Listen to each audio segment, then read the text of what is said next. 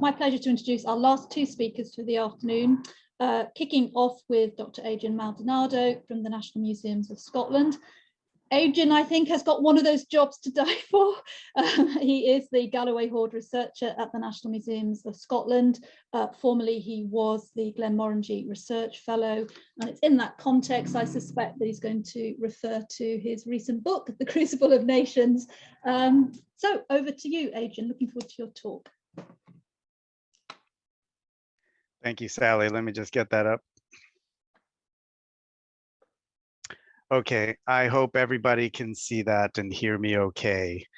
Okay, wonderful. Without any further ado, thank you very much to the organizers. It's a true honor to be here on this very occasion, speaking on some weighty issues. The topic today is about the Brough of Birsay. We've kind of been dancing around it in the previous discussion. There's been a lot of talk of Bucquoy, as we learned how to pronounce it yesterday, but not so much about Birsay itself. We'll see what we can do about that. Of course, Anna Ritchie's work on the Viking Age and the end of the Pictish era in Orkney and elsewhere has already been discussed several times from Ian Ralston's paper onwards. When you write the historiography of the Vikings and the Picts in the north, these two contributions from Anna Ritchie will, of course, always be central. There really are a linchpin, certainly the excavations at Bucquoy, real turning point in the literature. And I won't dwell, pun intended, on this one in particular because of Val's fantastic overview in the previous lecture on Pictish forms of settlement.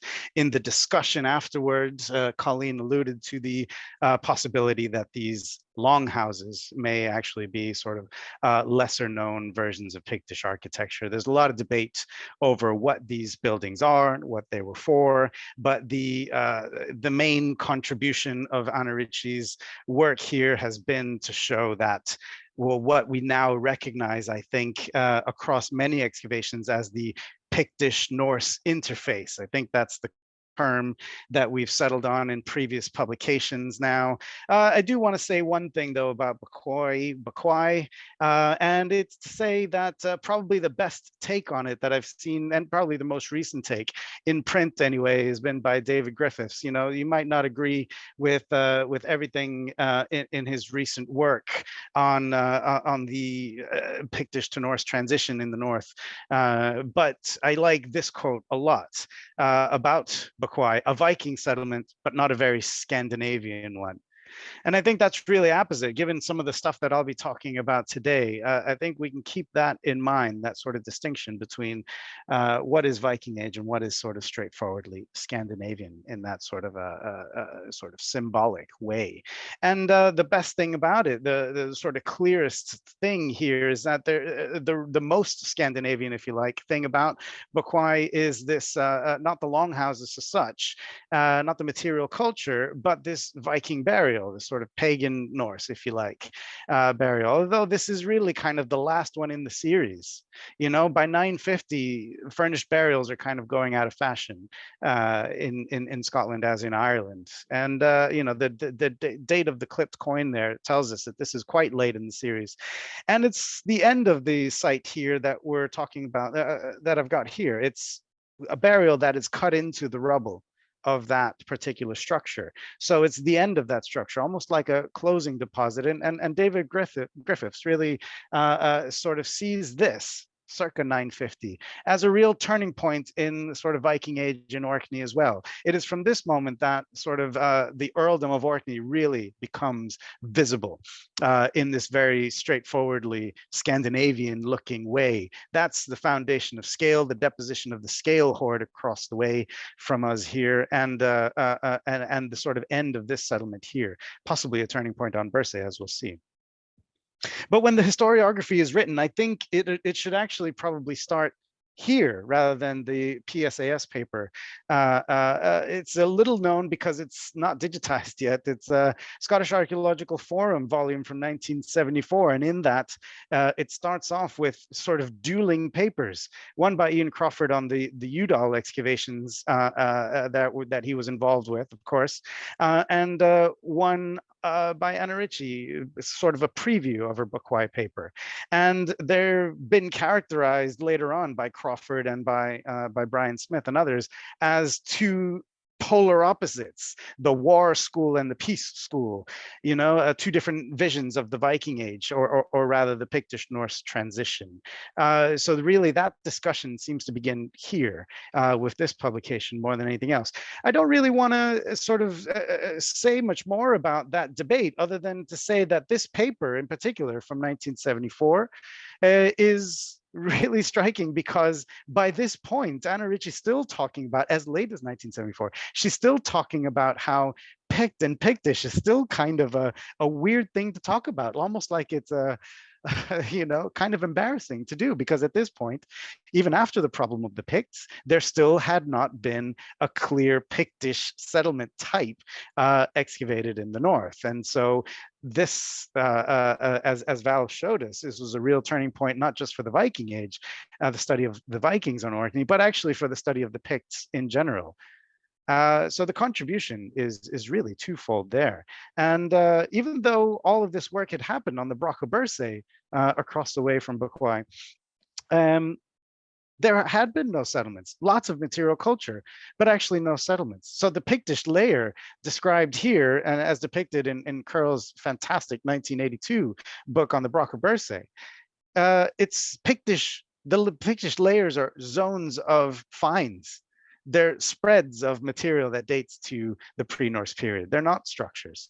There's no buildings there. There's the only structure really is a well, a dry stone well that's popped into zone 1 there. Everything else is just spreads that are underneath later stone structures, you know. So even there, it's very difficult to see the Picts other than through their material culture, and that's really what I'm going to focus on then today. It's that Pictish layer, which is really a Pictish workshop layer as far as we can tell, is something that needs a little bit more thinking about in light of a lot of recent work. So I stand on the shoulders of giants here, in the sense that there is a lot of amazing work that has only been published in the last 10 or 20 years that I'm here able to freely take advantage of. So it's I'm in a real sort of privileged position to be speaking on it now. Viking studies and Pictish studies are so thrilling at the moment, as I hope you'll see here. But before we get to the Picts, I think we do need to reinterpret a little bit about what the Birsay excavation tell us about the Vikings. And what it tells us is something very much in that sort of interface mold. Sites like Birsay and Jarlshof have become iconic as sort of Viking sites. They make it onto the covers of books, and they're sort of the picture next to the dictionary definition of Vikings and stuff are these buildings and these dry stone structures which survive, which are almost invariably much later than the Viking Age. You know, a lot of these things, especially on Birsay, are 10th, 11th, 12th century structures, what you can see, and in most cases, the things that you can walk on. Even still, it's recorded on the map as Celtic monastery, Viking settlement, 11th century cathedral and bishop's palace. I think now, in light of the Birsay Bay Projects Volume 3, I wonder how many of those labels is still correct.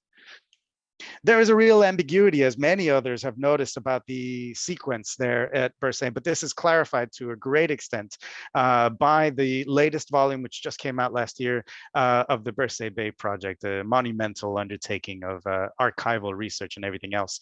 But one of the most striking things about it, and this is just one snippet of it, is the recalibration of all of the radiocarbon dates available, published from previous work, recalibrated to the curve that was available about 10 years ago when this work was done by Zoe Outram. And what it says a lot of things. First of all, that the radiocarbon dates that we have are not precise enough to give us that sort of blow by blow about what happened every decade in the 9th century. Okay, so we're never going to get that level of clarity even here with the wealth of information that we have. You can see the range on these Norse dates. But also I found really interesting was that the Viking, the pre-Viking layers nowhere on the Brough precede the 7th century, as in there are a handful of finds that might be a little bit earlier than the 7th century. A Fowler type brooch could potentially be earlier. But other than that, the radiocarbon dates, the dated material, really the sequence on the Brough of Birsay begins in the 7th century, and everything is actually a little bit later. It's mostly 8th century sort of occupation with some intensity, and then continuing straight the way through. There does not appear to be any hiatus before, during, and after the Viking Age. Okay, so that's an important thing. Is we've got like a good sealed sequence, which kind of takes us from the 7th to the 12th century there on the Brough of Birsay, and that's an important advance to get that on paper. Okay, the ambiguity of the Norse finds, the Viking finds, the more you look at them, the less sort of Viking-y they become. Again, one of these iconic Viking objects is this runic inscribed bear's tooth, published originally as a seal's tooth, although DNA analysis hasn't been carried out. So the consensus is that it's a bear. In any case, this is the only runic inscribed bear tooth I've ever seen. If anybody has another one, please let me know. Bear tooth pendants are actually quite rare in Norway by this time. They're something that is a little bit more common in the pre-Viking era in Norway, and is something that is more common but in bronze in the sort of Baltic, where the bear fur and bear skin trade is really kicking off later on in the 11th century. So frankly, we don't know where this is coming from, and the runes are actually not very helpful. It's been said it's either, by the form of the runes, either the earliest runic inscription in Orkney or one of the latest, depending on who you ask. In a recent overview by Andrea Freund, this is available online. I recommend everybody read it. She's gone through all of the runic inscriptions from Orkney, and one stunning thing, maybe other people knew this, but I certainly didn't. I wasn't sort of aware of this. She's collated all the sort of dating potential for all of these, and where the dating is a little less clear, it's sort of this hatched pattern. The bear tooth is one of these where it's kind of maybe 10th, maybe 11th, but who knows. And what's striking to me is just how much of the runic corpus is 11th century and after. That is to say, the moment when it is really useful to highlight that sort of Norse speaking identity and inscribe it on stone in many cases, that moment is in the 11th century, and maybe as late as the 12th century across most of Orkney. At that moment, things have changed politically, and that's when, to sort of paraphrase David Griffiths, that's when it becomes Scandinavian rather than Viking, Norse looking, as outwardly Norse looking forms of settlement and culture, material culture. Okay, even other things that come into the Viking Age, things that are imported, are coming from different directions the more you look at them. So there's this exotica, like this carnelian bead. The work of Kat Yarman has really honed in on the long distance route that these exotic beads come from, as far as the Indian Ocean area. You know, that's where they're eventually coming from, but certainly being traded through the market sites of the North Sea and the Baltic. Okay, but her work, Kat Yarman's work, has also highlighted how strongly they are tied to specifically the Great Army, the Southern Scandinavian hack silver trade route, and there's very few of these. Only one from Dublin. And there's one from Birsay. So it kind of tells you that these sites are kind of on an even footing in some ways. But, you know, we don't actually know if this is coming directly from these Baltic trade routes. And, you know, there's only, I think, 4 of these or 5 known from Britain so far. One from Papastour in Shetland, one from Birsay, and one now from Coldingham. And the ones that Kat Yarman is focused on are from the Great Army camps, for instance, at Repton. So actually, there is a sort of Southern Scandinavian potential route for these coming in. This one could be imported across the North Sea, but it could be coming as easily from the Danelaw, frankly. So these things are ambiguous in the extreme. We have fantastic Anglo-Saxon material, which again is coming from layers that could be pre-Norse or post-Norse. You know, we know that Birsay, the workshop, is importing lots of material from lots of different places. Danad is doing the same before the Viking Age, including Germanic material, Anglo-Saxon material, Frankish material. So these things could be brought up beforehand. But the best parallels for this, as Curl made clear, the one on the left, is from one that's reused in the Viking Age. In fact, it's so similar that they're almost, it's almost as if these two discs, one from Norway and one from Birsay, were cast from the same die, from the same mold. I mean, they're that similar. And so there's a possibility here that this is one of the places, Birsay, where these things are being gathered up for exportation back to Norway, potentially. But in any case, they come from contexts that, frankly, we're not really too clear on. They could be early in the Viking Age. They could even be pre-Norse. And then finally, we come to small finds like pins, where we can actually now, several decades after Curl's report, we can track these with a little bit more clarity. Ring pins certainly being fashioned in places like Dublin, in the Irish Sea Zone. These lozenge heads actually a little bit more common in northern England, in sort of the Danelaw area, than in Dublin, but certainly found in the Irish Sea Zone as well.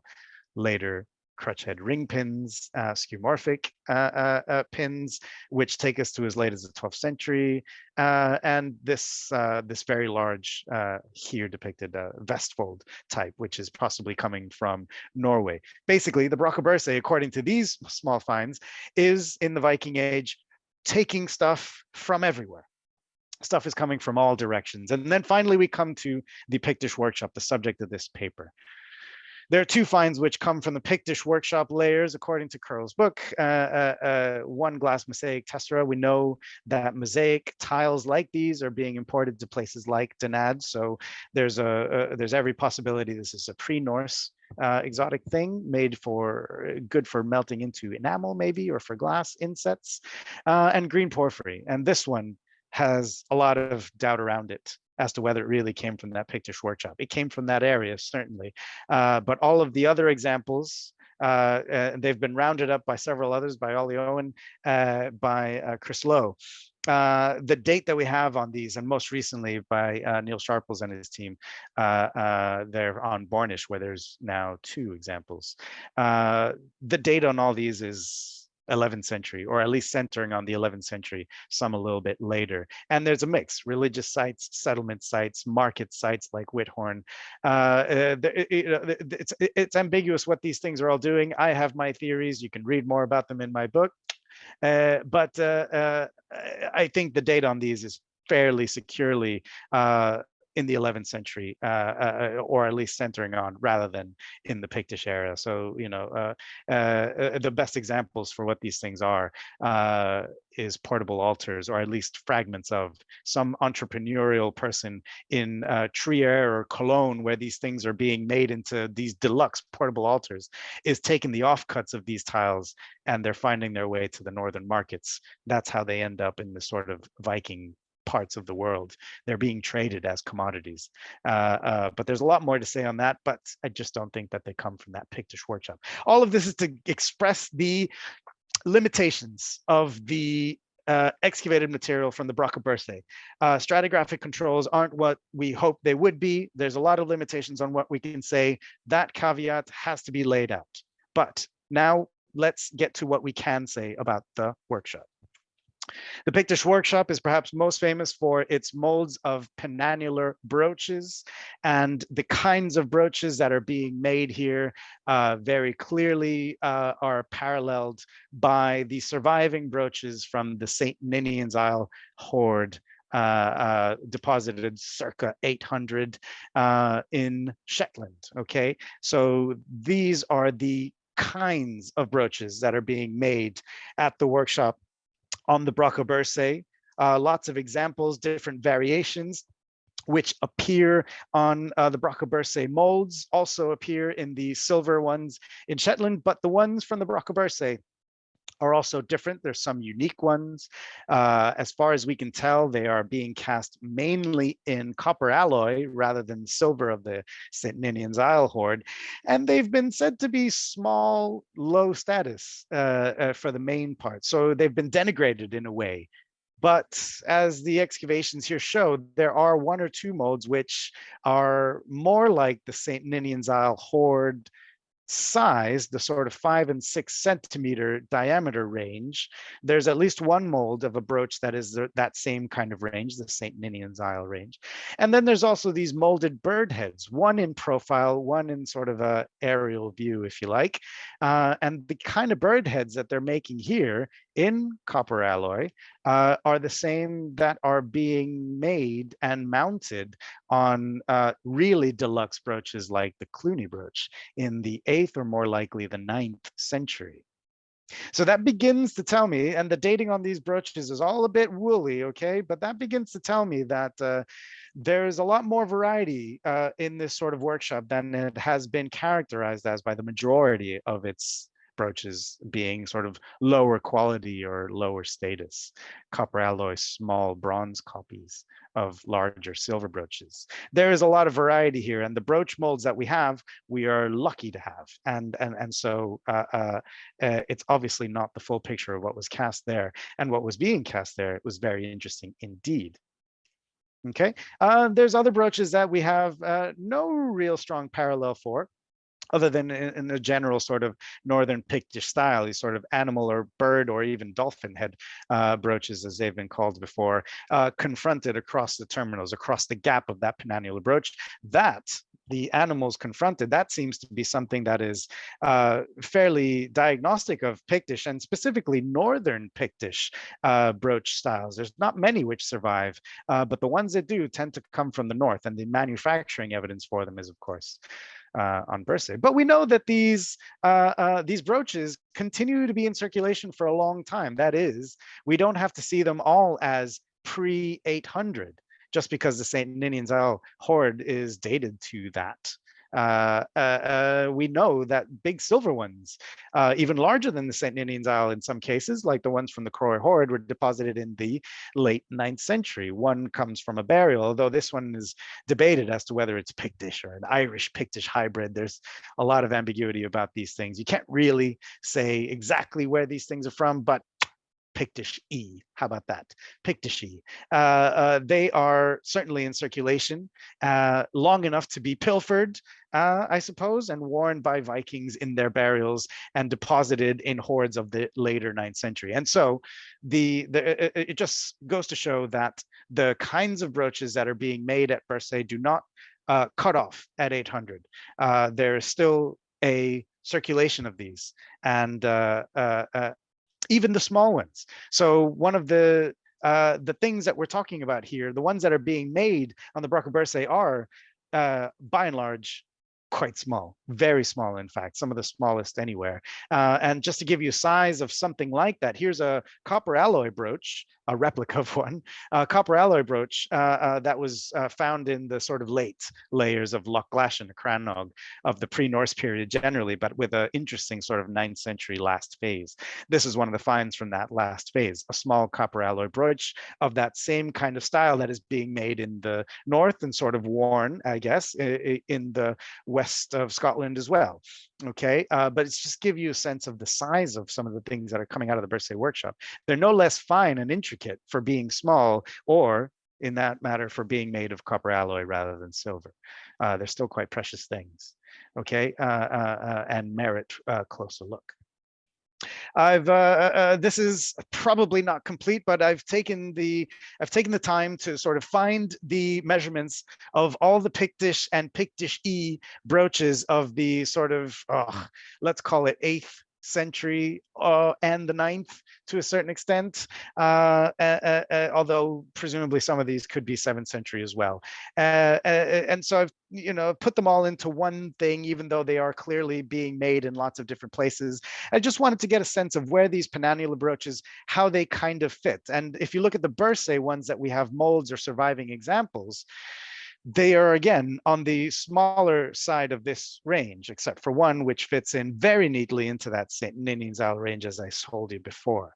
And what's interesting about this as well is if you look at the ones that appear in Viking graves, I've shown you one or two.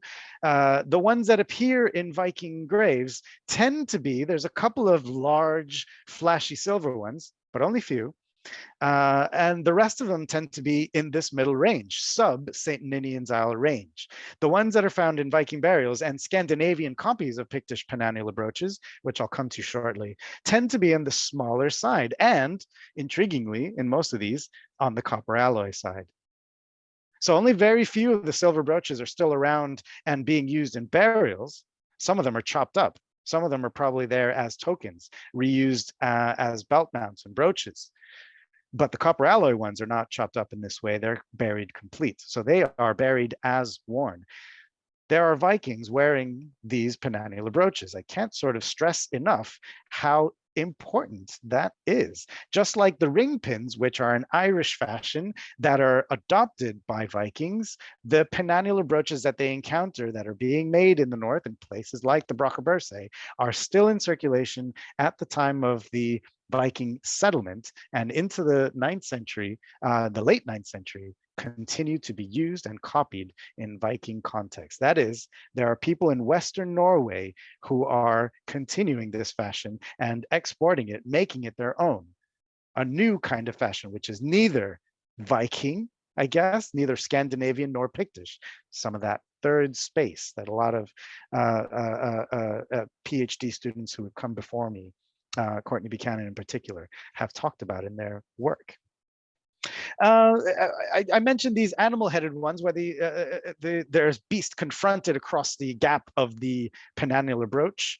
And again, the distribution of these is quite northern. There is one of these from the Brough of Birsay. However, it is not exactly the same as the surviving animal head Pictish brooches. These are not the same creatures. The Pictish ones from St. Ninian's Island and Freswick, metal detected finds have turned up a few more. And again, mostly northern Pictish distribution so far. They have an open or closed mouth, sometimes bearing teeth, sometimes, often, as you see in these two, with a horn, a distinctive Pictish kind of creature.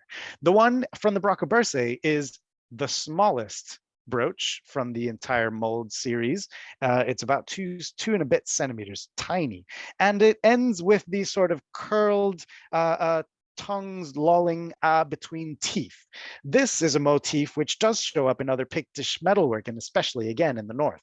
There's one from St. Ninian's Isle. There's a house-shaped reliquary shrine that Cormac Burke has recently drawn attention to, with this similar kind of motif. And it is this motif that is being made in the Brough of Birsay. Now, none of the brooches of this kind survive, but we know that there must have been more of them and bigger ones, because it is this kind of brooch that is being copied and made into that Norse style. It is brooches with disc-shaped terminals like the ones from the Croy hoard, and the ones with these kinds of beasts with tongues lashing out through teeth. These are the ones that the Vikings of Western Norway were particularly taken by. And it is arguably places like the Brough of Birsay where they first saw people wearing them. They liked them so much, they made them their own. And eventually you begin to get penannular brooches decorated in Boris style and sort of other sort of, they're Scandinavianized. They're no longer Pictish at that point. But I think it's really important to bear in mind that they are creating a new identity with the building blocks that they learned across the way in Orkney and Shetland, places like these. Again, the Viking burials with brooches that end up in burials. The brooches that end up in burials, rather, are of this, generally speaking, this copper alloy smaller type. One of the ones that is presenced there in the workshop on the Brough of Birsay is one of the ones that's found in a very similar one that was found in a Viking burial on Colonsey in a cemetery of Viking burials. So again, there are just hints and clues that the things that are being made in the Brough of Birsay workshop are continuing to be fashionable even amongst pagan Vikings, okay, and even even outside of Orkney. I think that's really important to say. Floating a kite here, flying a kite, floating a balloon that Curl herself alluded to in her publication. One of the very small finds from Birsay is this little cat-shaped mask. And she drew attention to the fact that it looks almost identical to the little fringe of marginal animals on these incredible new and weird series of brooches that are being made in Scandinavia. James Graham Campbell has written on these. He sees them as other examples of Norse Scandinavian make, but based on Pictish and Irish parallels. And you can see that heritage so clearly in the fact that it is A, penannular, B, has the fold over a pin type, and C, if you look closely, that kind of animal with the tongue lashing out on the terminals. Okay, even though these are Norse-made copies, they are in dialogue with the people of Brough of Birsay even into the 9th and into the 10th century. That means that there are still contacts between Norway and the workshop on Birsay, even though we don't really know what this little stray mask is doing. Okay, I come now to the other evidence from the workshop. Lesser known, lesser discussed is the ingots and the ingot molds in particular. There's very few ingots, but now 10 ingot molds. That is stone molds for casting bars of metal. Now, we often assume that in the Viking Age, these are going to be used for casting silver. Although on the Brough of Birsay, I don't think we need to jump to that conclusion. This is a type of artifact that is now found very widely across Scotland and Ireland in workshops of various dates. The largest and best assemblage is still Traprain Law, so they do go back to the Roman Iron Age, but we see them on really high status Pictish sites as well. King's Seat at Dunkeld, the possible royal hill fort, has several new ones, possibly I think dated to the 7th century, but Kathy McKeever and David Strachan are still publishing this site, still excavating, I believe.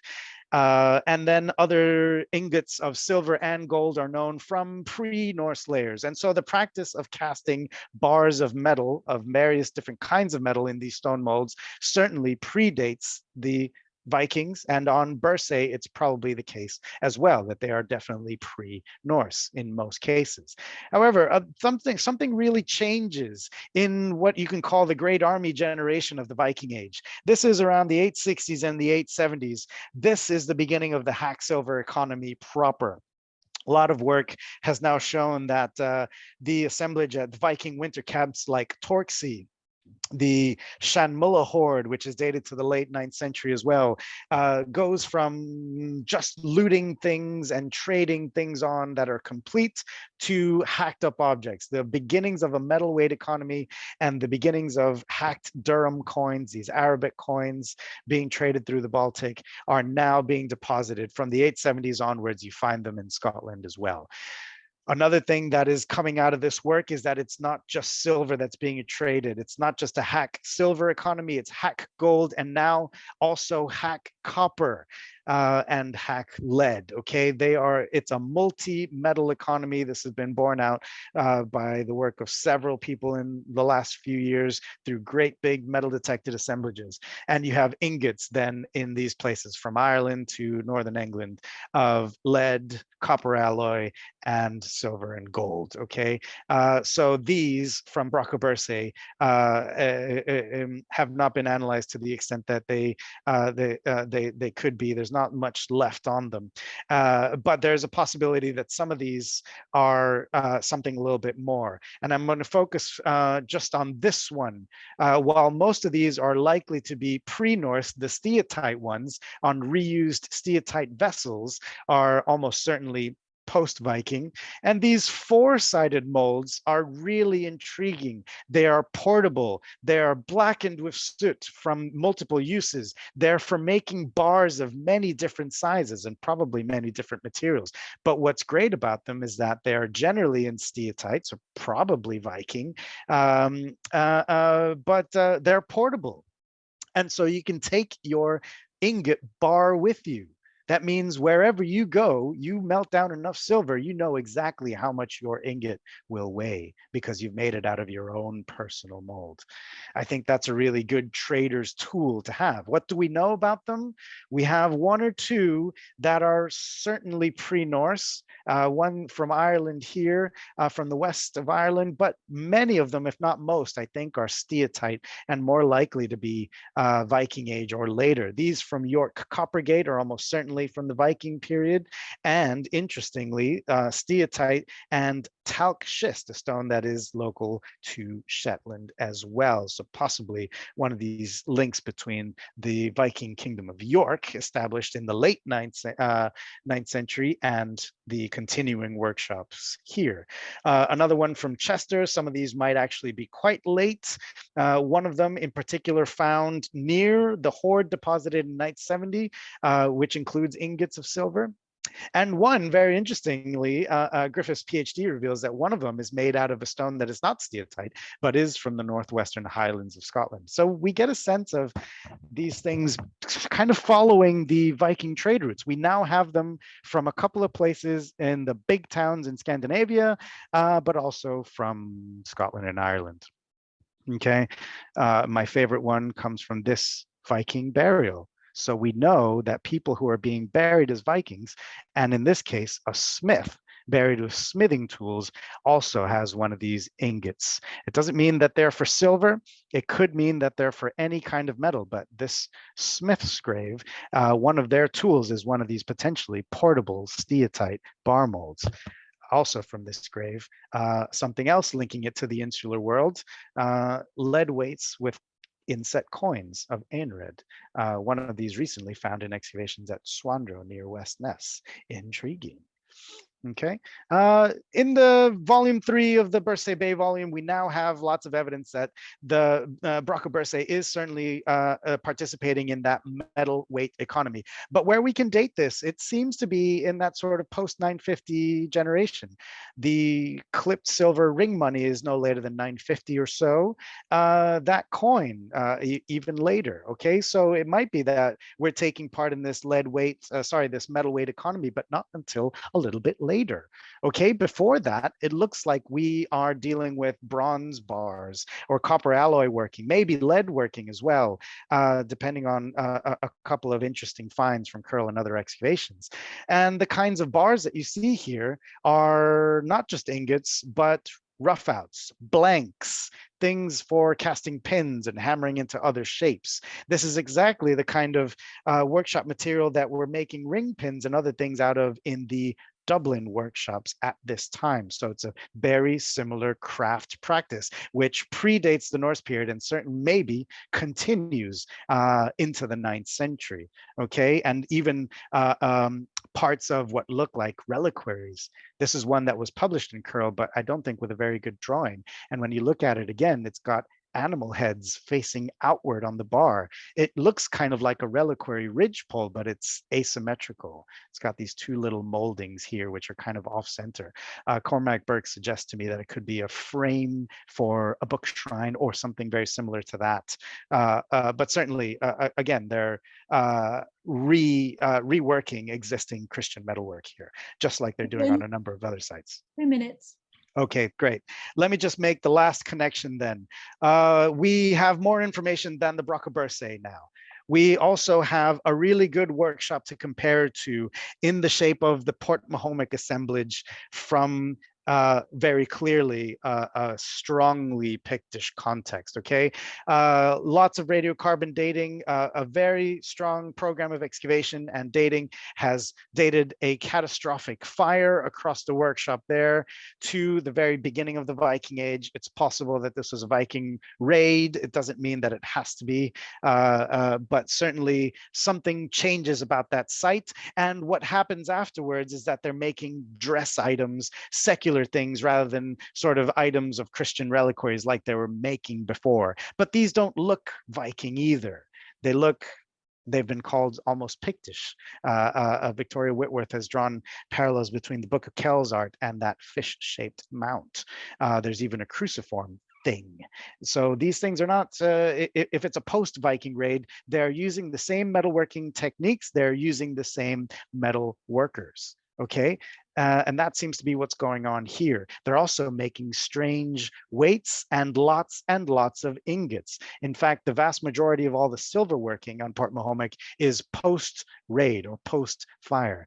But they're making these weird weights that don't seem to have any kind of correlation anywhere else in the Viking world, although there is one local potential where these may be used, and it's the Croy hoard. You see this little balance beam there on the bottom.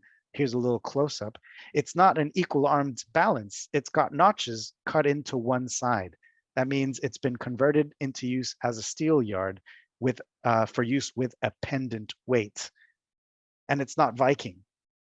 It has in photographing it for the recent book, The Crucible of Nations, I realized that it had a small inscription on the back, and it's a runic inscription. It's in Anglo-Saxon letters.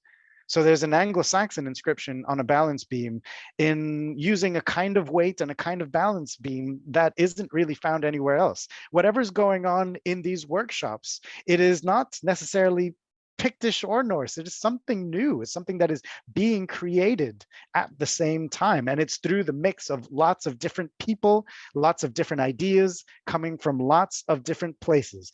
Two last parallels. I just want to say that you're running out of time there, Adrian. okay, that there are Run out. the Port Mahomet molds have very close parallels with other molds from the Brough of Birsay. There are more and more ways in which these two workshops are related. And I think all I want to say with that is that there is more potential for this Pictish workshop on Birsay to be post 800, but more than that, something that is neither just Pictish nor Norse, but something new, something that is being created at this time, and the potential for rethinking both Pictish and Norse on the Brough of Birsay is fabulous.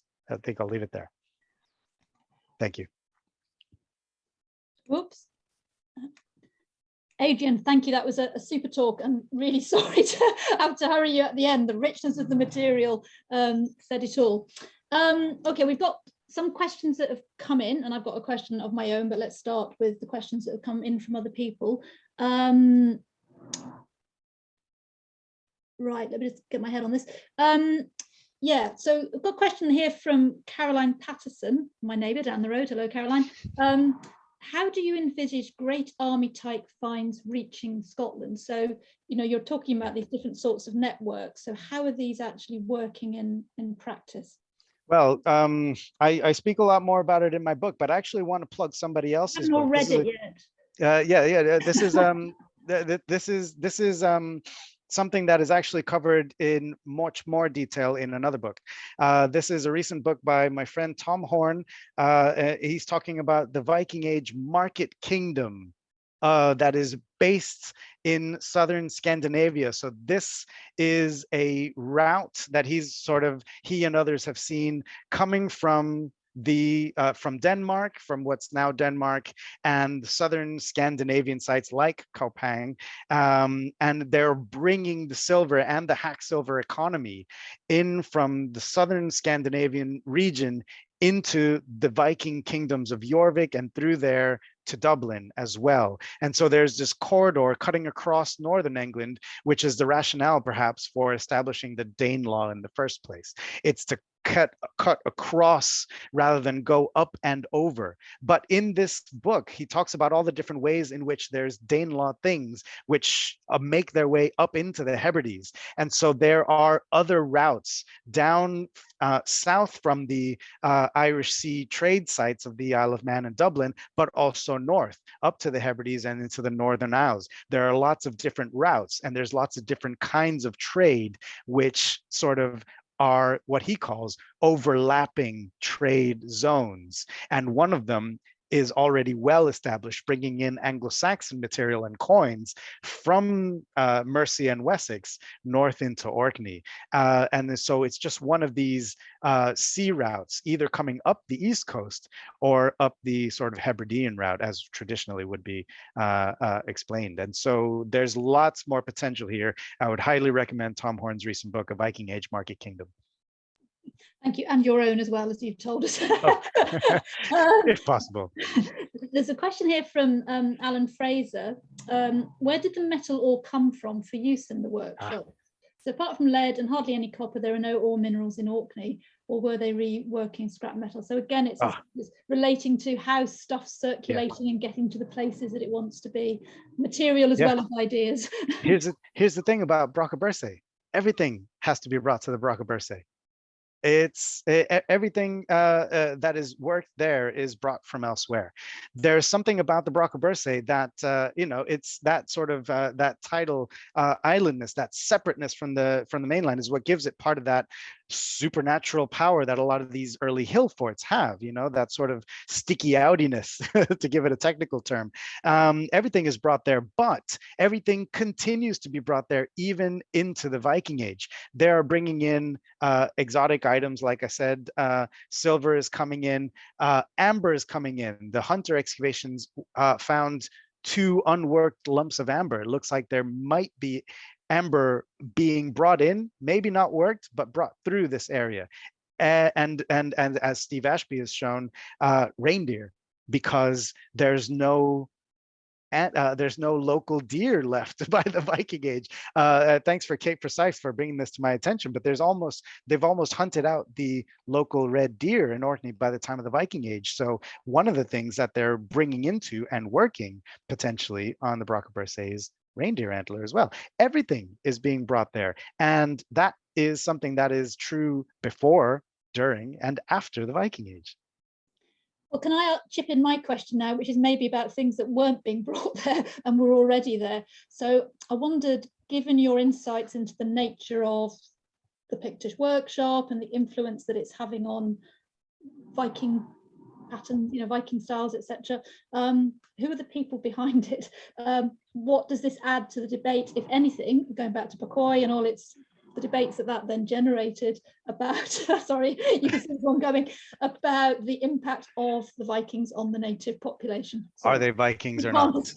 Are they Vikings or not? So that's what you want me to answer the question that no one's been able to. We're talking about craft. Well, these are skilled craftsmen. Are they just saying that people arrived and thought, we killed everybody, but we quite like the jewelry they were creating? What's happening? I think this is the big pattern of the early Viking Age. We tend to see it as extractive, but the pattern that's emerging is one of patronizing and intensifying existing craft workshops. It happens at Coppergate. There's no change in sort of style except for the addition of brass, which is a new thing.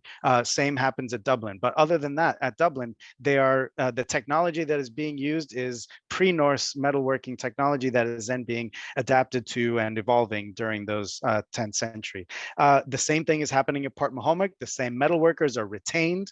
Whether they are forced to be there or not is a different question. And it's what's happening at Dublin itself, and it's happening at the Brough of Birsay. They are commissioning the people who are already working there to continue to produce the things, except at a greater scale and focusing on certain items of dress and things like that. But that pattern is replicated everywhere. The point of the Viking Age in these places is to turn those workshops to commerce. So that's quite nice, because you're saying that there's new insights that arise from the workshop itself, re-examining the workshop on the Brough of Birsay, but you're actually saying, in the context of broader studies of this period, you can also see that sort of pattern. Yeah, so when there's continuity of bone pins and bone combs and things, it means a continuity of craft workers, but it doesn't necessarily tell us anything about who's commissioning those, whether they're Vikings or Picts. I think what you're seeing here is a creation of something before the Norse earldom, which is very straightforwardly Norse looking. They're creating something new that is shared amongst the sort of Northern Isles and Western Norway. It's a new kind of identity that is being created in these places by the raiders and traders and early settlers. Okay, we've got one more final comment, so question and one comment.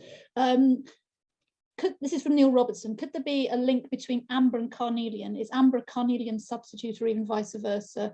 Compare the relationship between silver, pewter, gold, brass in later periods. That's what a great question. That's amazing. Certainly the amber has been seen in previous years as a garnet replacement. You know, it's one of these things that the fashionable thing, the fashionable thing for hundreds of years by this point is gold and garnet ornament, and garnet becomes really hard to get after the 7th century, and so amber is one of these things that's maybe floated in from somewhere, presumably from via Anglo-Saxon North Sea trade routes, but actually we don't know.